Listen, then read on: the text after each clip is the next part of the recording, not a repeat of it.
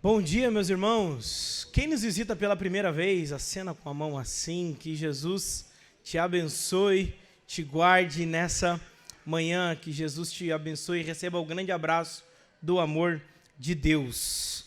Convido todos os irmãos a abrirem comigo o livro do evangelista Lucas, capítulo de número 24, versículo de número 13. Evangelho de Lucas, capítulo de número 24, versículo de número 13, iremos até o versículo de número 35. Estamos em uma série pascal que dura 3 anos, especificamente nos finais de semana de Páscoa. O ano passado o pastor pregou Evangelho de Lucas, capítulo 24, do versículo 1 ao 12. Primeiro encontro, aparição de Jesus às mulheres. Este ano de 2024, o pastor vai pregar Evangelho de Lucas, capítulo 24, agora dos versículos 13 ao 35. Jesus à tarde, se encontrando com os 2 discípulos que estavam a caminho de Emaús. E o ano que vem, o pastor vai pregar o encontro de Jesus com os discípulos amedrontados dentro do sótão, à noite. Então, glória a Deus, estamos aqui nesse momento especial em que nós iremos meditar na aparição de Jesus ressurreto. Enquanto você está com a Bíblia aberta, eu gostaria que você refletisse numa pergunta antes do texto bíblico. O que acontece depois que Jesus ressuscita? A resposta é clara e muito objetiva. Jesus inaugura um novo mundo a partir da sua ressurreição. Depois que Jesus ressuscita, uma nova contagem de tempo se inicia. Antes de Jesus, depois de Jesus. Porque a ressurreição de Jesus tornou toda a nossa incredulidade vã. Pois, se Jesus não tivesse ressuscitado, toda a nossa história de cristianismo, 2000 anos de cristianismo seria em vão. Mas como Jesus ressuscitou, toda a nossa incredulidade, todo o nosso ceticismo é em vão. Todo o nosso medo é em vão.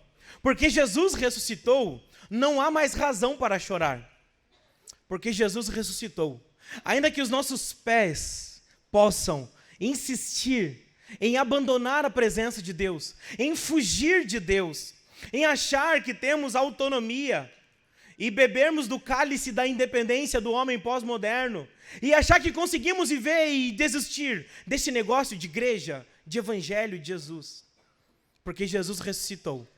Ele vai ao encontro dos discípulos que estavam tentando fugir dele. E se inicia ali uma nova história a partir do pão partido na mesa. Nessa manhã, não sei como que você chegou aqui. Se você olha para a sua vida e você vê que a sua fé lentamente está te levando muitas vezes para longe da vontade, da presença de Deus. E se você olha para a sua vida hoje, muitas vezes vê, lentamente os seus pés te buscam fugir de Deus, fugir da vontade de Deus. Temos uma boa notícia, porque Cristo continua nos buscando e nos resgatando. Essa é a história que nós iremos ler hoje. Evangelho de Lucas, capítulo 24, dos versículos 13 ao 35. Quem achou diz amém? Acompanhe a leitura comigo. Naquele mesmo dia, 2 discípulos estavam indo para a aldeia chamada Emaús, que ficava a uns 10 quilômetros de Jerusalém, e iam conversando a respeito de tudo o que havia acontecido. Enquanto conversavam e discutiam, o próprio Jesus se aproximou e ia com eles. Porém, os olhos deles estavam como que impedidos de o reconhecer. Então Jesus lhes perguntou: o que é que vocês estão discutindo pelo caminho? E eles pararam entristecidos. Um chamado Cleopas respondeu: será que você é o único que não esteve em Jerusalém e não sabe o que aconteceu lá nesses últimos dias? Ele lhes perguntou do que se trata. Então eles explicaram: aquilo que aconteceu com Jesus, o tal do Nazareno, que era o profeta, poderoso em obras e palavras, diante de Deus e de todo o povo, e como os principais sacerdotes e as nossas autoridades o entregaram para ser condenado à morte e o crucificaram. Nós esperávamos que ele fosse quem havia de redimir Israel, Mas depois de tudo isso, já estamos no terceiro dia, desde que essas coisas aconteceram. É verdade também que algumas mulheres do nosso grupo nos surpreenderam, indo de madrugada ao túmulo. E não achando o corpo de Jesus, voltaram dizendo que tinham tido uma visão de anjo, os quais afirmaram que ele vive. De fato, alguns dos nossos foram ao túmulo e verificaram a exatidão do que as mulheres disseram, mas não o viram. Então lhes disse: como vocês são insensatos, palavras de Jesus, e demoram para crer em tudo que os profetas disseram. Não é verdade que Cristo tinha de sofrer e entrar em sua glória? E começando por Moisés, e assim, passou por todos os profetas, explicando o que constava a respeito dele em todas as Escrituras. E quando se aproximaram da aldeia, para onde eles estavam indo, ele fez menção de passar adiante. Mas os discípulos convenceram a ficar, dizendo: fique conosco, mestre, porque já é tarde, o dia está chegando ao fim. E entrou para ficar com eles. E aconteceu que quando estavam à mesa, o mestre pegou o pão, abençoou, partiu, deu a eles, e então os seus olhos foram abertos. E eles reconheceram que Jesus ressurreto estava à frente deles. Mas ele desapareceu da presença deles. E um disse ao outro: não é verdade que o nosso coração ardia no peito quando ele nos falava pelo caminho e quando nos explicava as Escrituras?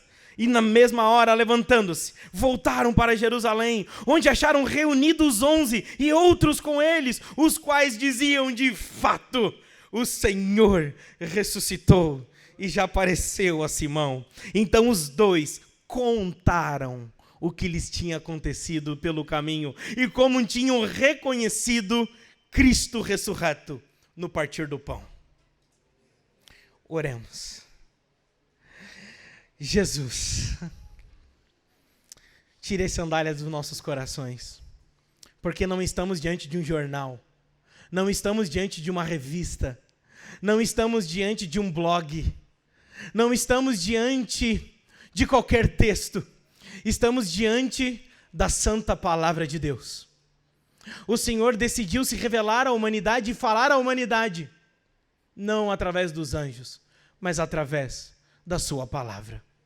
Portanto, fale à sua igreja, que o meditar do meu coração seja agradável a ti, que eu não fique aquém, que eu não vá além de tudo que o teu Espírito Santo tem a profetizar à sua igreja.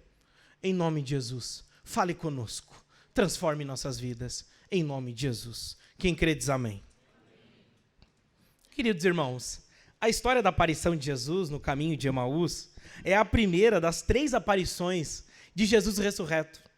E essa história especialmente acontece no Evangelho de Lucas. A história é uma das mais longas, das principais histórias da aparição de Jesus.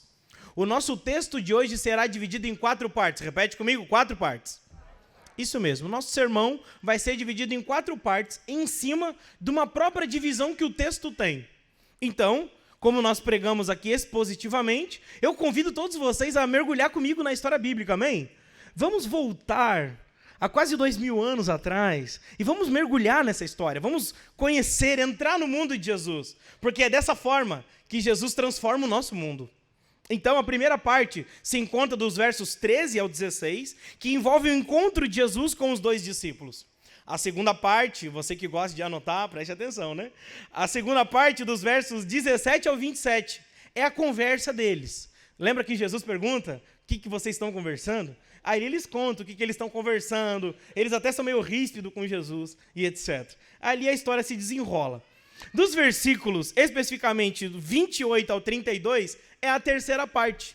A terceira parte é onde a cena já não é mais numa estrada.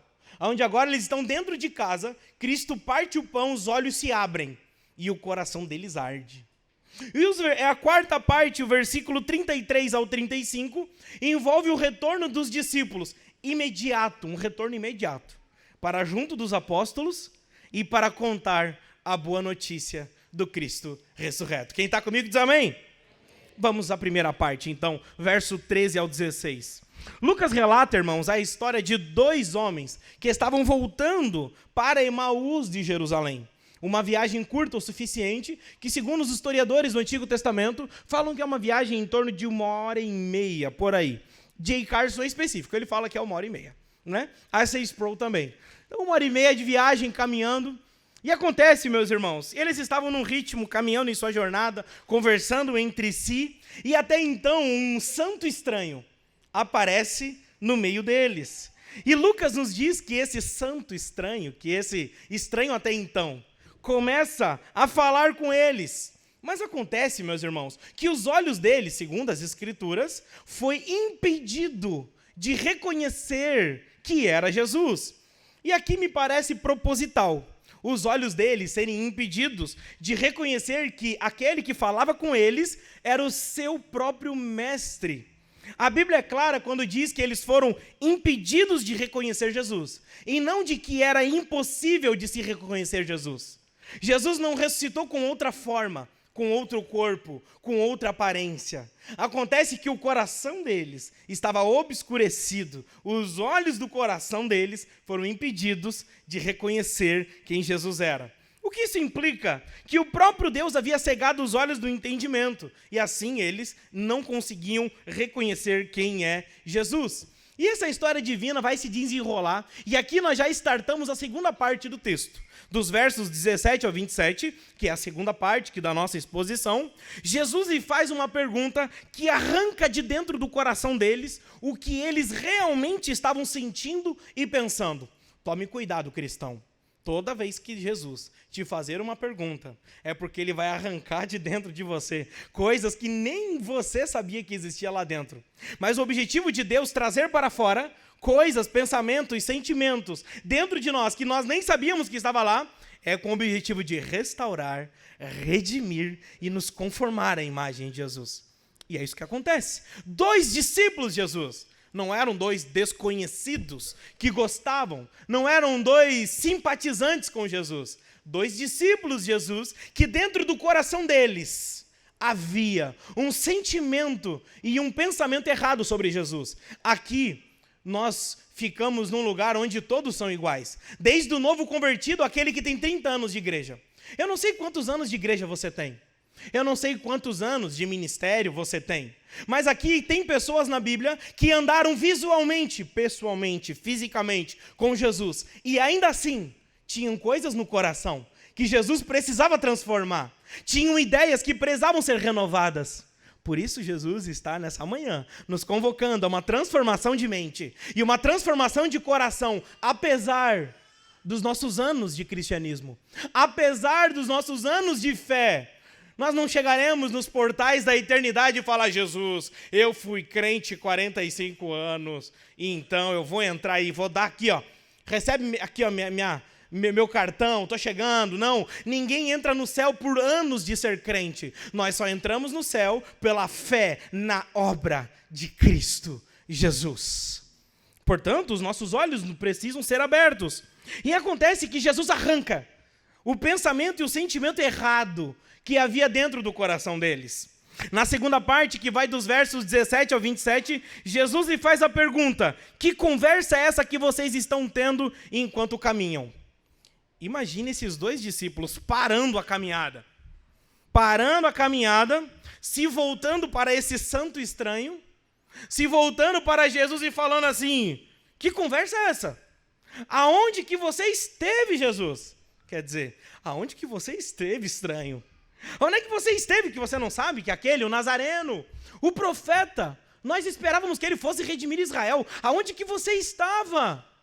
Onde é que você estava? Onde Jesus estava? Acontece, irmãos, que Jesus não responde essa pergunta literalmente. Mas imagina comigo se Jesus tivesse respondido essa pergunta literalmente. Ah, vocês querem saber onde eu estava? Vocês realmente querem saber aonde eu estava? Então, Cleopas, eu sou a única pessoa nesse planeta que compreende completamente tudo o que aconteceu nos últimos dias. Ora, Cleopas, aonde eu estive? Deixe-me começar pela quinta-feira à noite. Eu estava com alguns amigos meus, celebrando a Páscoa juntos. E entrei na escuridão do jardim do Getsêmani, no Monte das Oliveiras. E lá orei intensamente, suando gotas de sangue, e pedindo ao meu Pai sobre a missão que ele havia me dado. Quando aquela oração terminou, sabe o que aconteceu, Cleopas? Atravessei o riacho de Cedron, você conhece o riacho de Cedron? E lá na escuridão da noite eu fui encontrado por uma companhia de soldados carregando tochas, liderados por um antigo amigo, que talvez você conheça. Sabe Judas? Então Judas me deu um beijo no rosto. E esse beijo sinalizou para as autoridades romanas e judaicas que eu deveria ser morto.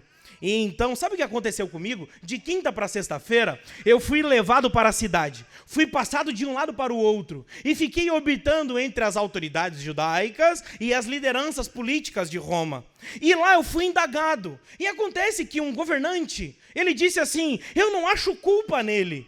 Então eu estava prestes a ser libertado. E sabe o que aconteceu?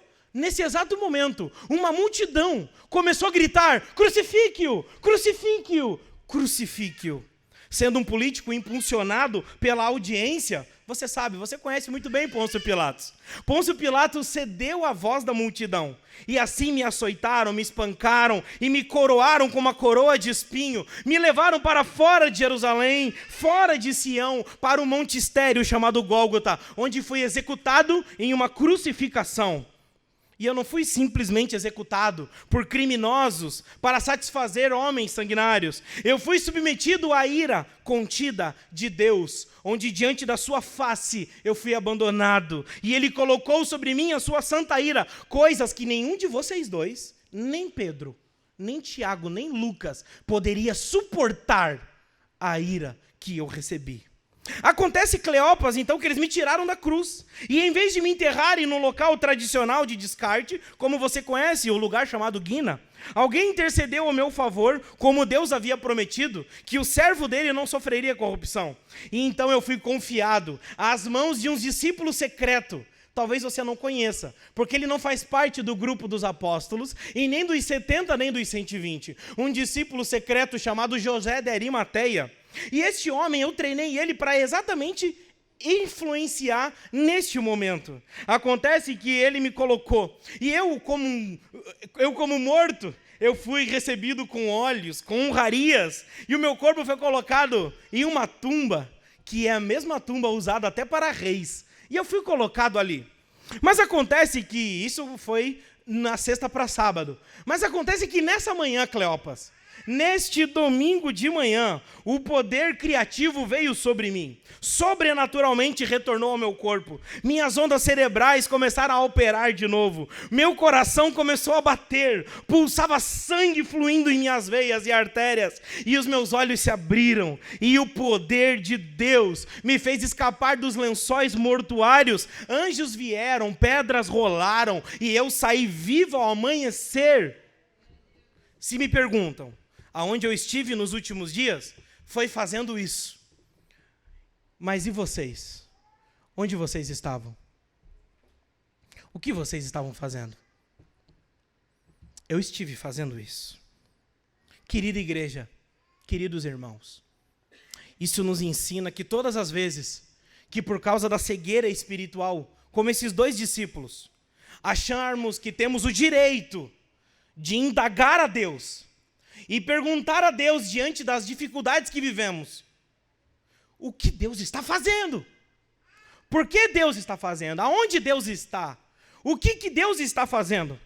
Deixa eu te responder e ser voz de Deus para a sua vida nessa manhã. Precisamos nos lembrar que Deus está em Cristo Jesus redimindo o mundo por intermédio da cruz e da coroa, por intermédio da morte e da ressurreição. Mas aqui fica uma pergunta que precisa ser respondida. Por que esses discípulos que caminharam pessoalmente com Jesus estavam indo em direção contrária a Jerusalém? O versículo 17, na parte B especificamente falando, fala que eles estavam entristecidos. O motivo pela qual os discípulos estavam indo em direção contrária a Jerusalém foi por causa que eles, meus irmãos, estavam entristecidos. Jesus, antes de morrer, irmãos, deixou claro que haveria de ressuscitar ao terceiro dia. E ainda assim, ao terceiro dia, eles estavam tomados de desistência. Em vez de permanecerem em Jerusalém, junto com outros discípulos, Eles tiraram a mão do arado, ficaram entristecidos, desistiram de acreditar na ressurreição. Para eles, a história de Jesus havia terminado em uma cruz. Para eles, a cruz era sinônimo de derrota, de término, de linha de chegada. Acontece, meus irmãos, que, ainda que eles decidiram trilhar o caminho da dúvida, Deus não deixou de percorrer o caminho da graça. Ainda que eles optaram pelo caminho da incredulidade, Deus não deixou de trilhar o caminho da restauração. Irmãos, eles estavam entristecidos por acreditar num Messias que eles criaram em sua própria mente, e não um Messias revelado nas Escrituras. Eles não estavam tristes por acreditar na ressurreição. Eles estavam tristes por terem deixado de acreditar na ressurreição. A verdade é que isso acontece também conosco. Quando o ser humano dá espaço ao seu coração para o ceticismo, para o cinismo, para a incredulidade, para a desistência da fé e da vida cristã, duas coisas começam a acontecer na nossa vida. O nosso caminho começa a ser contrário à vontade de Deus, e como esses discípulos, nós começamos a ter uma tristeza na alma. Sabe aquela tristeza na alma? Sabe aquela tristeza na alma? Muitas vezes é um sinal que nós deixamos de crer em coisas fundamentais do Evangelho que sustentam a nossa fé. Interessante que o texto narra que eram 2 discípulos no caminho de Emaús. Eram quantos discípulos? 1 ou 2? Porque sempre no caminho da decepção, nós sempre iremos fazer aliança com decepcionados. Sempre.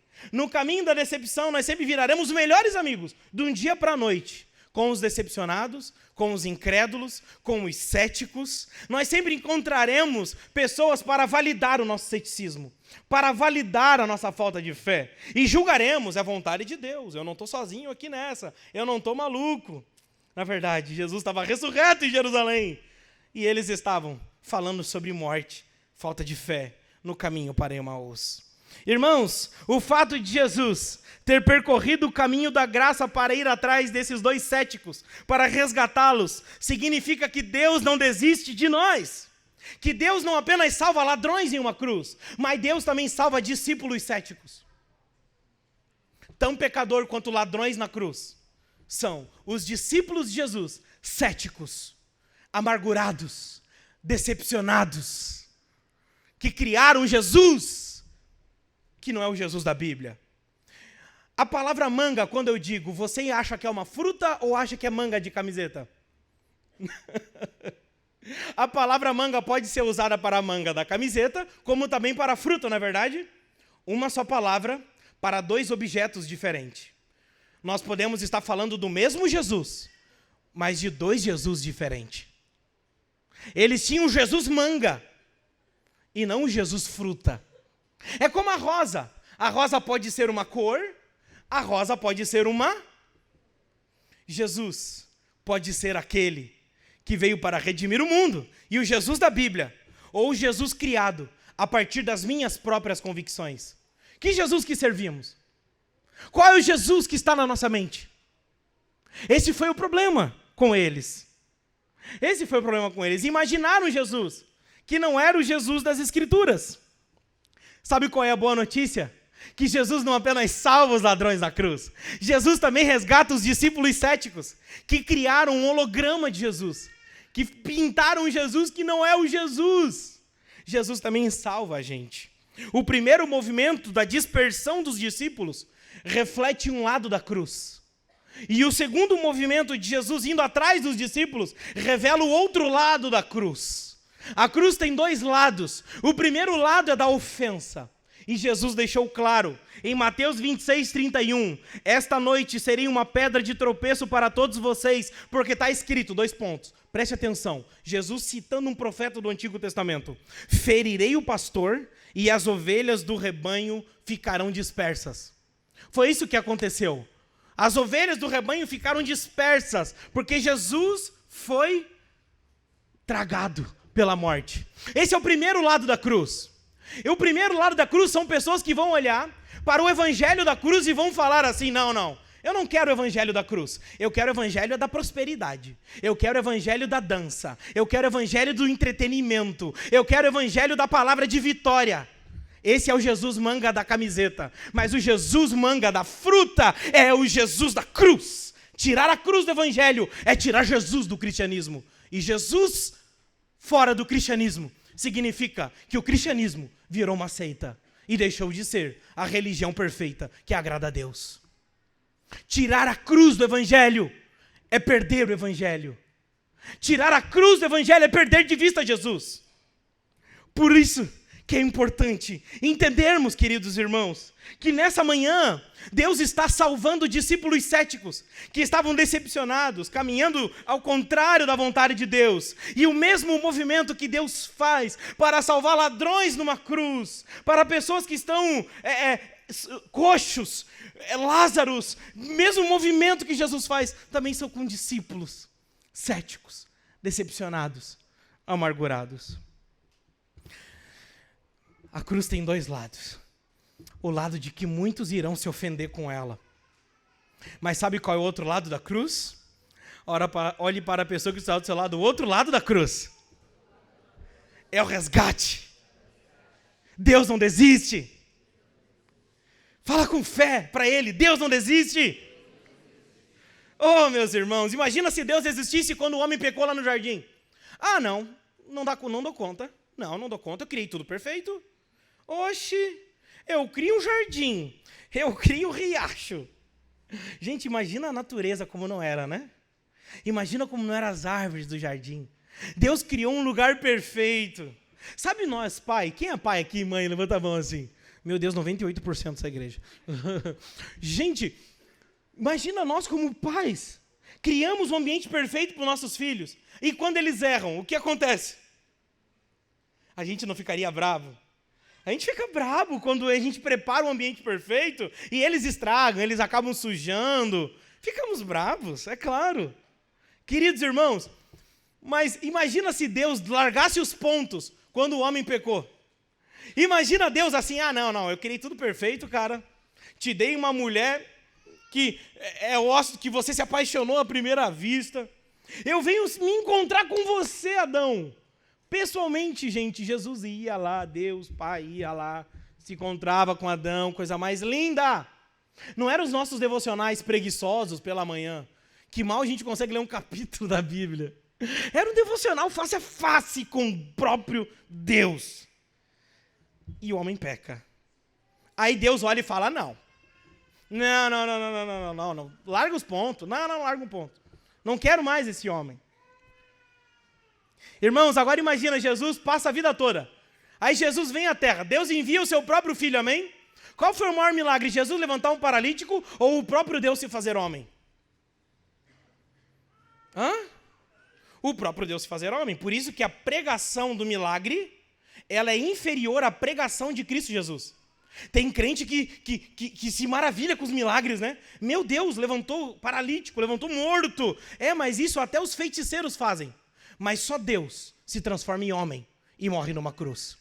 Por isso que a mensagem da cruz, ela é a mais poderosa e é o milagre mais incrível que pode acontecer. E ficou claro isso, que eles tinham uma imagem equivocada sobre Jesus. E Jesus não deixou de ter uma imagem correta sobre eles. Ainda que eles viraram as costas para Deus, Deus não virou as costas para ele.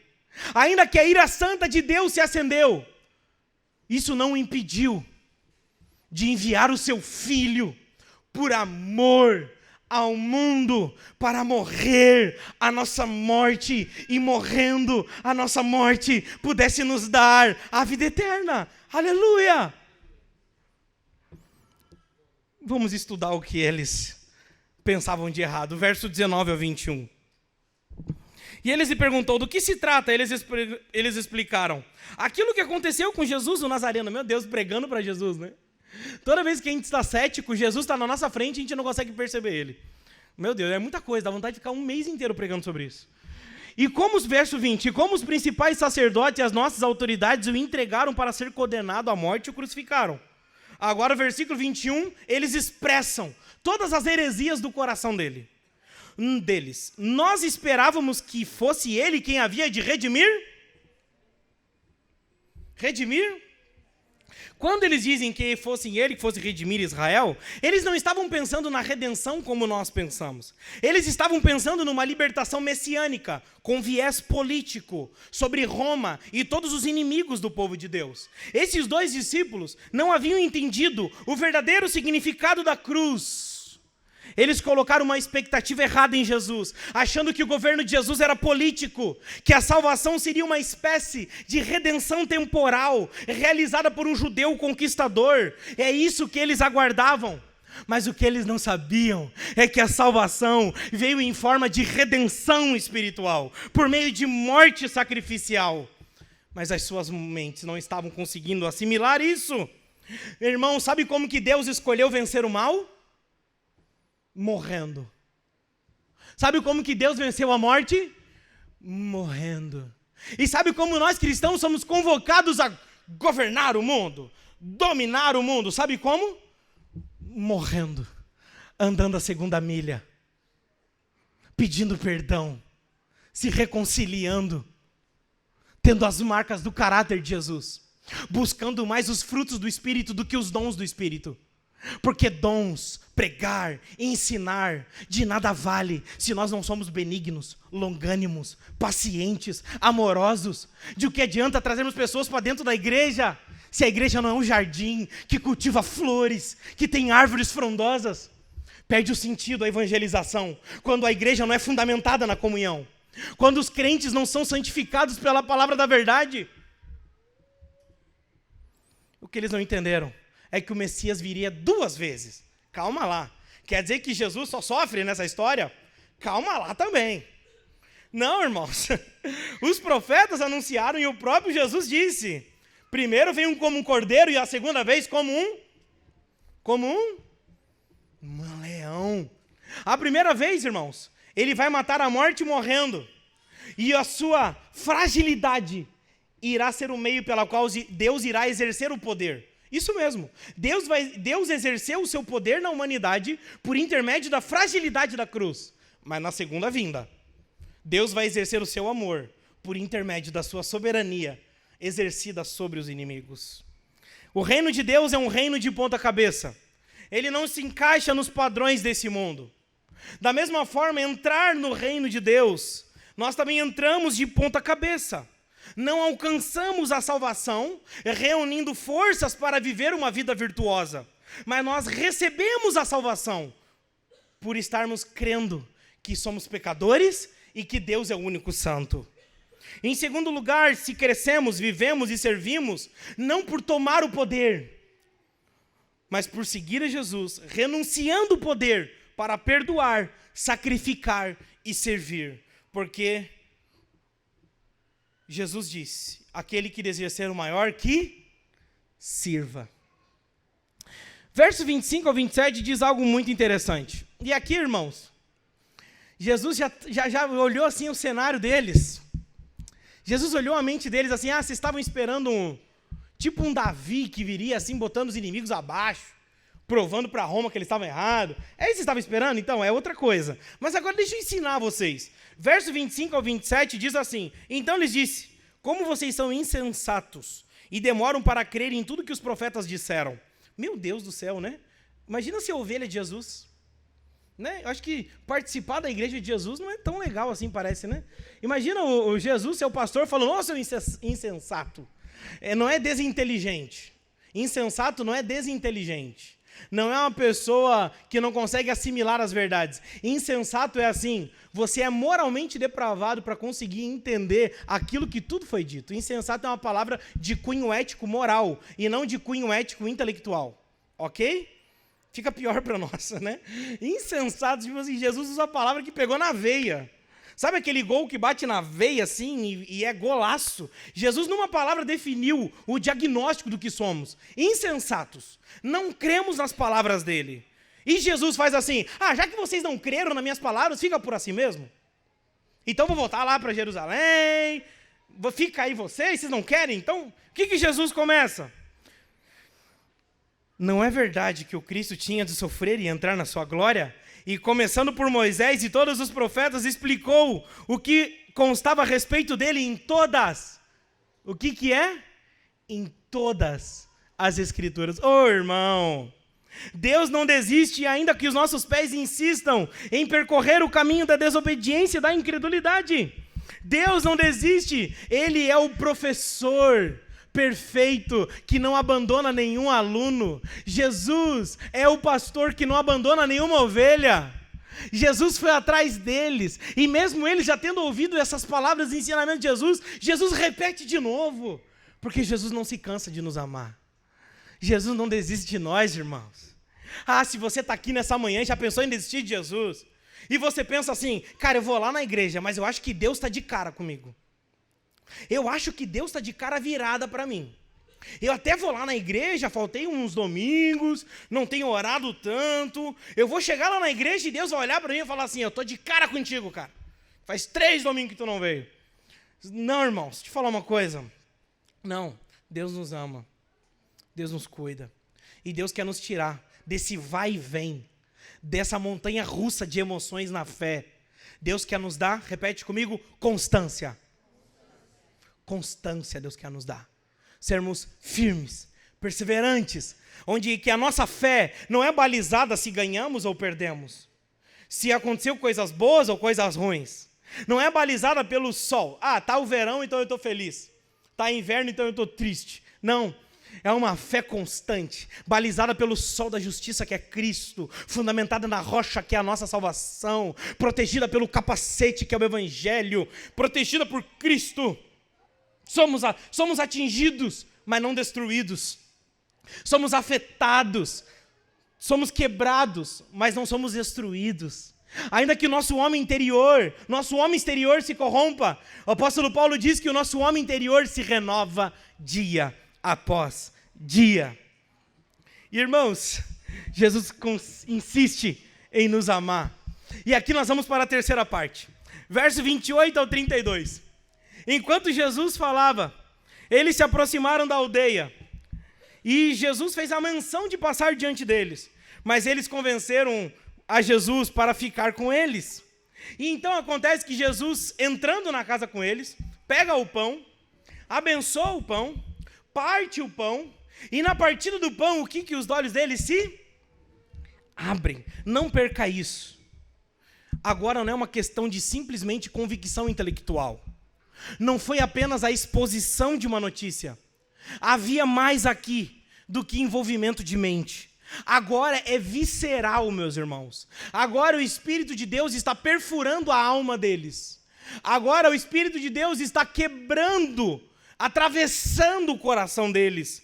E eles disseram uns aos outros, eu sei que o meu coração estava ardendo por dentro, e não posso acreditar que você também não estava. O nosso coração não ardia enquanto ele falava.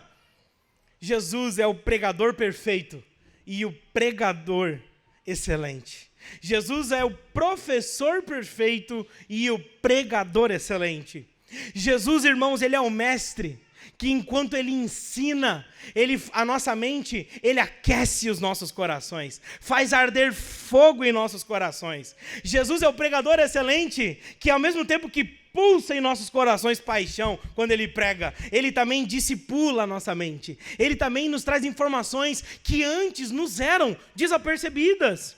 Irmãos, os ensinamentos de Jesus é a perfeita união entre a doutrina e a paixão, entre o conteúdo e a piedade, entre o entendimento e a convicção.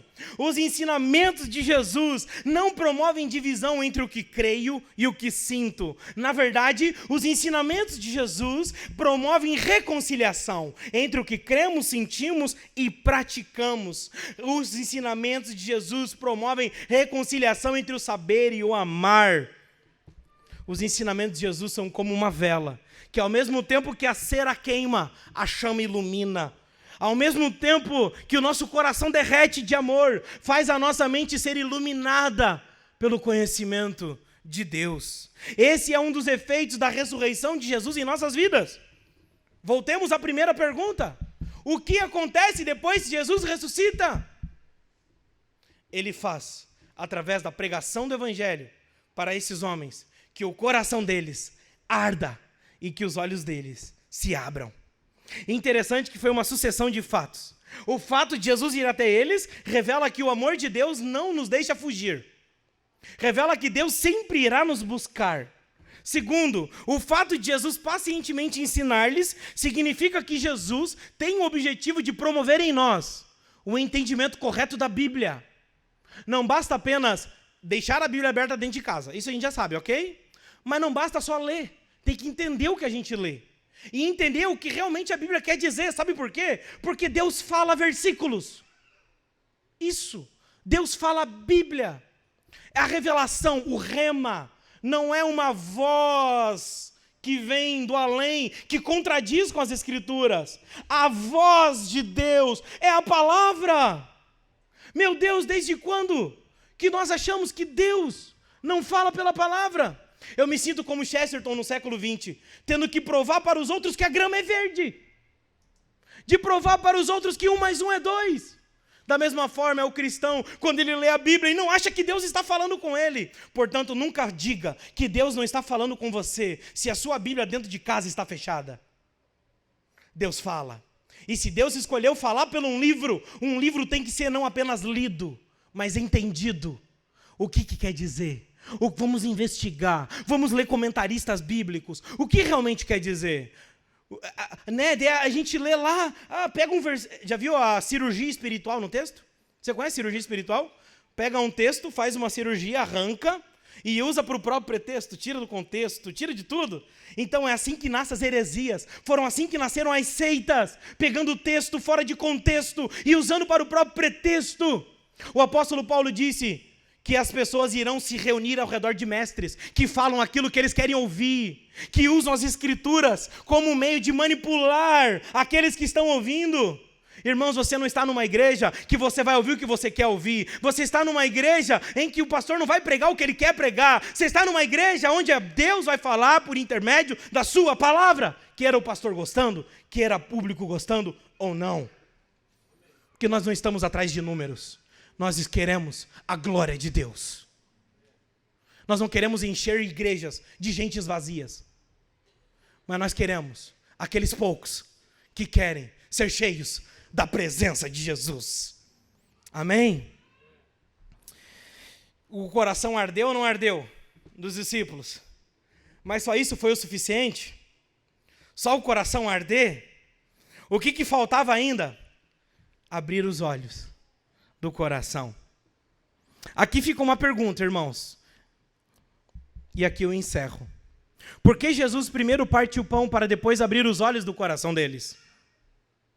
Para nos ensinar que só é possível conhecer o Deus ressurreto a partir do Cristo crucificado. João 6, versículo 48, Jesus diz: eu sou o pão. Quando Jesus parte o pão, ele está falando: eu sou o pão partido.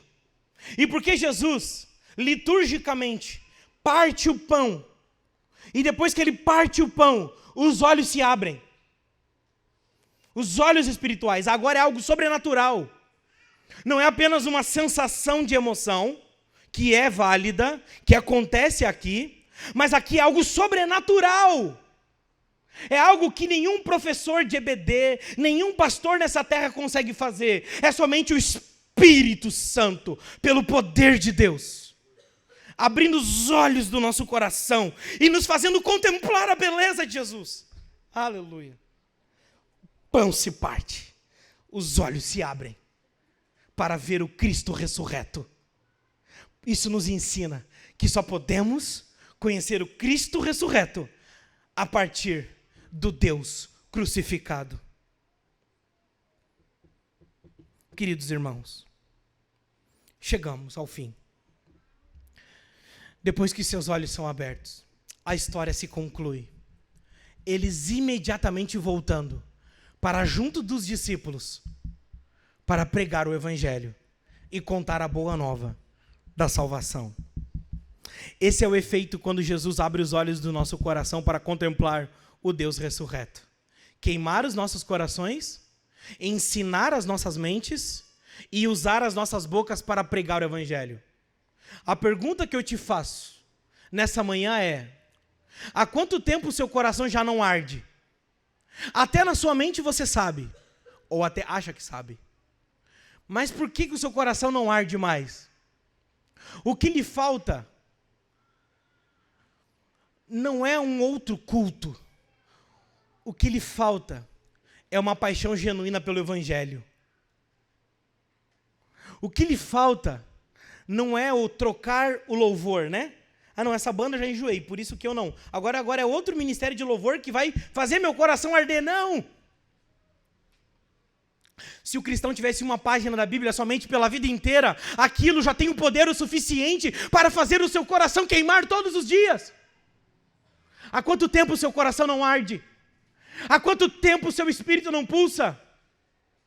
Há quanto tempo você não caça uma vigília? Há quanto tempo você não caça uma oração para orar? Há quanto tempo você não ora sem pressa? Há quanto tempo você não simplesmente bebe da presença de Jesus e fica ali na presença de Jesus sem pressa? Há quanto tempo? Retorne para esse caminho. Segundo, há quanto tempo que Jesus está tentando te ensinar a sua mente da maneira correta e você não está aprendendo? Você é até um discípulo, você é até um discípulo de Jesus. O teu coração queima, mas a sua mente ainda não aprendeu. Por isso que Jesus gasta tempo investindo, ensinando todo o Antigo Testamento, ensinando como as coisas apontam para Ele. Há quanto tempo? Deixa eu te falar uma coisa. O quanto antes você achar que consegue viver o cristianismo sem dominar os rudimentos do cristianismo, o quanto antes você descobrir isso, mais cedo você vai ter uma fé madura. Tem gente que tem 30 anos, 20 anos de cristianismo, mas pergunta para ele, me defina a expiação de Jesus na cruz em 1 minuto. Não consegue. Me defina o que é justificação. Meu Deus, a obra central da cruz. Me defina, você não é evangélico? Vamos ser mais simples. Me defina o que é o evangelho. Me defina o que é o evangelho. Não os efeitos do evangelho. Me defina o que é o evangelho em 1 minuto. É necessário pararmos para reaprendermos. Não sei quanto tempo você tem de fé, mas é necessário voltar 3 casas. E Jesus está falando bem assim para nós nessa manhã. Aprendam de mim que eu sou manso e humilde. Jogue seus fardos sobre mim. Jogue seus fardos e aprendam de mim que sou manso e humilde. Jesus está te parando nessa manhã para te falar, eu quero te ensinar as coisas da maneira correta. Repete comigo, nem tudo que eu aprendi era o que eu deveria saber. Amém? Nem tudo que nós aprendemos sobre Jesus era sobre Jesus. É necessário parar para aprender da maneira correta. Sabe o atleta que deixa os rudimentos básicos e vai direto para a prova? O que acontece com ele? Se machuca. Porque o atleta ele ganha no treino, não no jogo. O cristão ele ganha estudando a Bíblia, para que na vida ele saia vitorioso para a glória de Deus.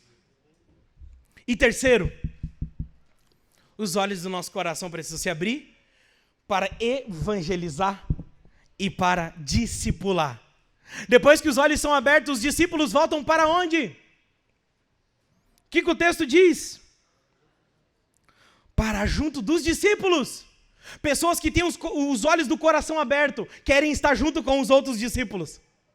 Não querem ficar desigrejados. Não querem ficar sem comunhão. Não querem ficar sem igreja. Não querem ficar sem ser discipulado. Pessoas com os olhos do coração aberto querem estar junto dos discípulos, custe o que custar, ainda que tenha que mudar a agenda da família. Porque o que é mais importante? O ritmo da minha casa ou os ritmos da presença de Jesus em uma igreja local? A palavra de Deus consola, conforta e também confronta. Eu te amo, tá? Fica tranquilo. Deus precisa fazer os olhos do nosso coração abertos para estarmos juntos, reunidos com os discípulos. E sabe o que acontece quando nós estamos juntos, reunidos com os discípulos? Nós começamos a evangelizar os discípulos. Isso é discipulado. O que é discipulado? É um discípulo evangelizar o outro. Evangelização, irmãos, não é apenas para os perdidos. Evangelização é um processo de retroalimentação em que a igreja se edifica mutuamente. Mas não para por aí. Os discípulos não contam apenas para os discípulos, eles contam e viram testemunhas por toda Jerusalém, por toda a Judéia, por toda a Samaria e até os confins da terra. Jesus te chama para ser um pregador do evangelho por onde você passar. A questão é por que você não evangeliza? Por que você não prega? Por falta de coragem? É por falta de medo? Ou é porque os olhos do seu coração ainda não foram abertos? Por que a gente tem medo de evangelizar, gente? Por que a gente tem medo de falar de Jesus para as pessoas? Nós precisamos evangelizar. Somos chamados por Deus a evangelizar.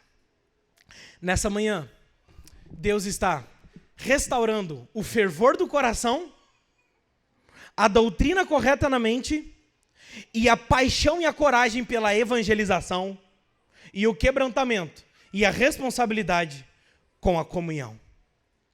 Quem crê nisso, diz amém? Que o Senhor nos abençoe e nos guarde.